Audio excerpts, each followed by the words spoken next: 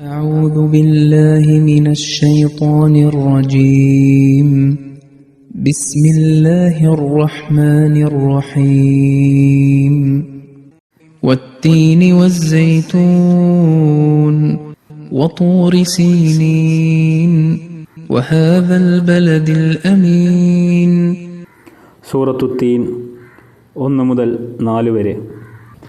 അർത്ഥം: പരമകാരുണ്യകനും കരുണാമയനുമായ അള്ളാഹുവിൻ്റെ നാമത്തിൽ. അത്തിയും ഒലിവും കൊണ്ട് സത്യം, സീനായ് മലയെക്കൊണ്ട് സത്യം, നിർഭയമായ ഈ പട്ടണത്തെക്കൊണ്ടും സത്യം.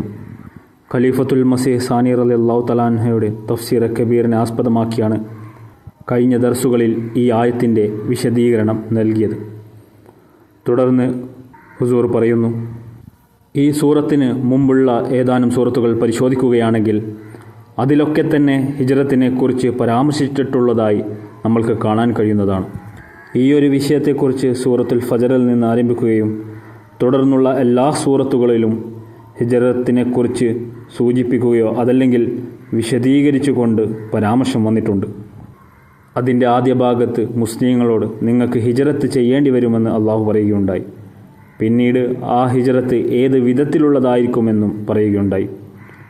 ആ ഹിജ്റത്തിന് ശേഷം ഏത് വിധത്തിലുള്ള വിജയമാണ് അവർക്കുണ്ടാവുക എന്നും സത്യനിഷേധികൾ എങ്ങനെ പരാജയപ്പെടും എന്നും ഇസ്ലാമിന് ഏത് വിധത്തിൽ ബഹുമതി നൽകപ്പെടും എന്നും അതിൽ പരാമർശിക്കുകയുണ്ടായി. ഹിജ്റത്തിനെക്കുറിച്ച് പറയുമ്പോൾ ഏതൊരു മനുഷ്യൻ്റെ മനസ്സിലും ആദ്യം വരുന്നത് തോൽവി അതല്ലെങ്കിൽ പരാജയം അതല്ലെങ്കിൽ ഓടിപ്പോകുന്നത് എന്നതിനെക്കുറിച്ചാണ്. ശത്രുക്കളാകട്ടെ സന്തോഷം കൊണ്ട് കൈയടിച്ചുകൊണ്ട് പറയുന്നു, ദാ ഇപ്പോൾ ഇവർ ഇവിടെ നിന്ന് ഓടിക്കളയുകയാണ്. ഇനി അഥവാ നിങ്ങൾ അവരോട് പറയുകയാണ്, ഞങ്ങൾ ഇപ്പോൾ പോവുകയാണ്, പക്ഷേ കുറച്ച് നാളുകൾക്ക് ശേഷം വിജയികളായി ഞങ്ങൾ മടങ്ങുന്നതായിരിക്കുമെന്ന്. അപ്പോൾ അവർ നിങ്ങളെ പരിഹാസപൂർവ്വം നോക്കിക്കൊണ്ട് പറയും, നിങ്ങളുടെ വിജയത്തിൽ ഞങ്ങൾ വിശ്വസിക്കുന്നില്ല. പക്ഷേ ഒരു കാര്യമുറപ്പാണ്, ഇപ്പോൾ നിങ്ങൾ പരാജയം സമ്മതിച്ചുകൊണ്ട് ഇവിടെ നിന്ന് ഓടിപ്പോവുകയാണ്. വാസ്തവത്തിൽ ഹിജ്റത്ത് കൊണ്ട് ശൈത്താന് ഒരു ആനന്ദം ലഭിക്കുന്നു. കാരണം പ്രത്യക്ഷത്തിൽ ശൈത്താൻ വിജയിക്കുകയും പ്രവാചകൻ തോൽക്കുകയും ചെയ്യുന്നു. അങ്ങനെ ബാഹ്യമായ നിലയിൽ ശൈത്താൻ്റെ വിജയം കാണുന്നു. ഈ ഒരു അവസ്ഥയിൽ ദുർബലരായ ആളുകൾ ഭയക്കുന്നു. സർവശക്തനായ അള്ളാഹുവിൽ നിന്നാണെന്ന് അവകാശപ്പെടുന്ന ഈ മതം അവസാനിക്കുമെന്ന് അവർ ഭയപ്പെടുന്നു. നമ്മൾ ജയിക്കുമെന്നും ശത്രുക്കൾ തോൽക്കുമെന്നും അവരുടെ നബി പറയാറുണ്ടായിരുന്നു.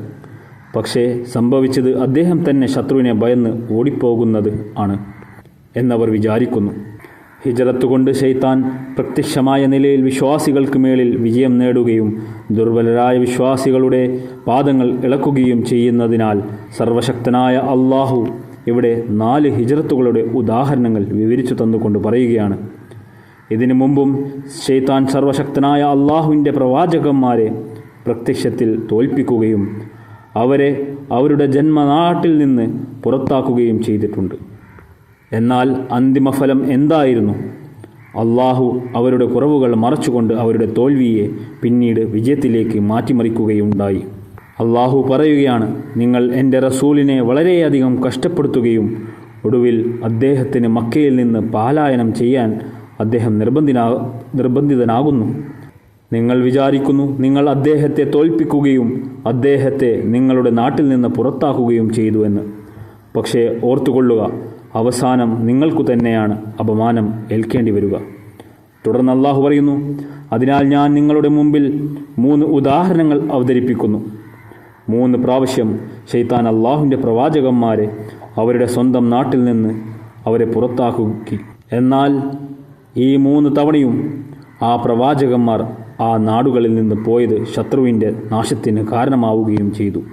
ഇതിൽ ആദ്യത്തെ ഉദാഹരണം ഹസ്രത്ത് ആദം അലൈഹിസ്സലാത്തു വസ്സലാമിൻ്റെതാണ്.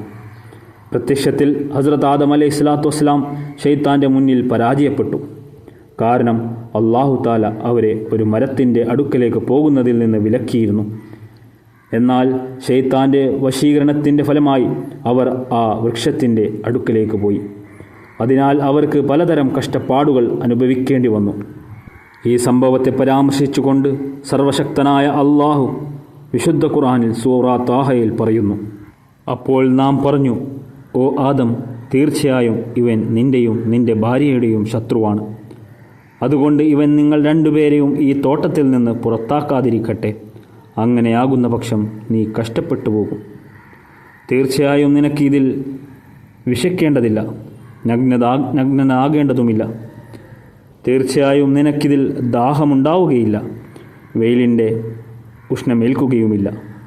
പിന്നെ പിശാച് അവൻ ദുർബോധനം ചെയ്തു. അവൻ പറഞ്ഞു, ഓ ആദം, ഞാൻ നിനക്ക് ശാശ്വത നിവാസത്തിൻ്റെ വൃക്ഷത്തെപ്പറ്റിയും നശിക്കാത്ത ആധിപത്യത്തെപ്പറ്റിയും അറിയിച്ചു തരട്ടെയോ? അങ്ങനെ അവർ രണ്ടുപേരും അതിൽ നിന്ന് ഭക്ഷിച്ചു. അപ്പോൾ അവർ രണ്ടുപേരുടെയും ന്യൂനതകൾ അവർക്ക് വെളിപ്പെട്ടു. അവർ രണ്ടുപേരെയും തോട്ടത്തിലെ ഇലകൾ പറിച്ചു തങ്ങളുടെ മേൽ ഒട്ടിക്കുവാൻ തുടങ്ങി. ആദം തൻ്റെ നാഥനോട് അനുസരണക്കേട് കാണിച്ചു. അങ്ങനെ അദ്ദേഹം നേർമാർഗത്തിൽ നിന്ന് വ്യതിചലിച്ചുപോയി. സൂറ താഹ 118 മുതൽ 123 വരെ. ഇൻഷാ അല്ലാഹ് ഇതിൻ്റെ ബാക്കി ഭാഗം അടുത്ത ക്ലാസ്സിലുണ്ടായിരിക്കുന്നതാണ്. വാഖിർ ദഅ്വാനാ അൽഹംദുലില്ലാഹി റബ്ബിൽ ആലമീൻ.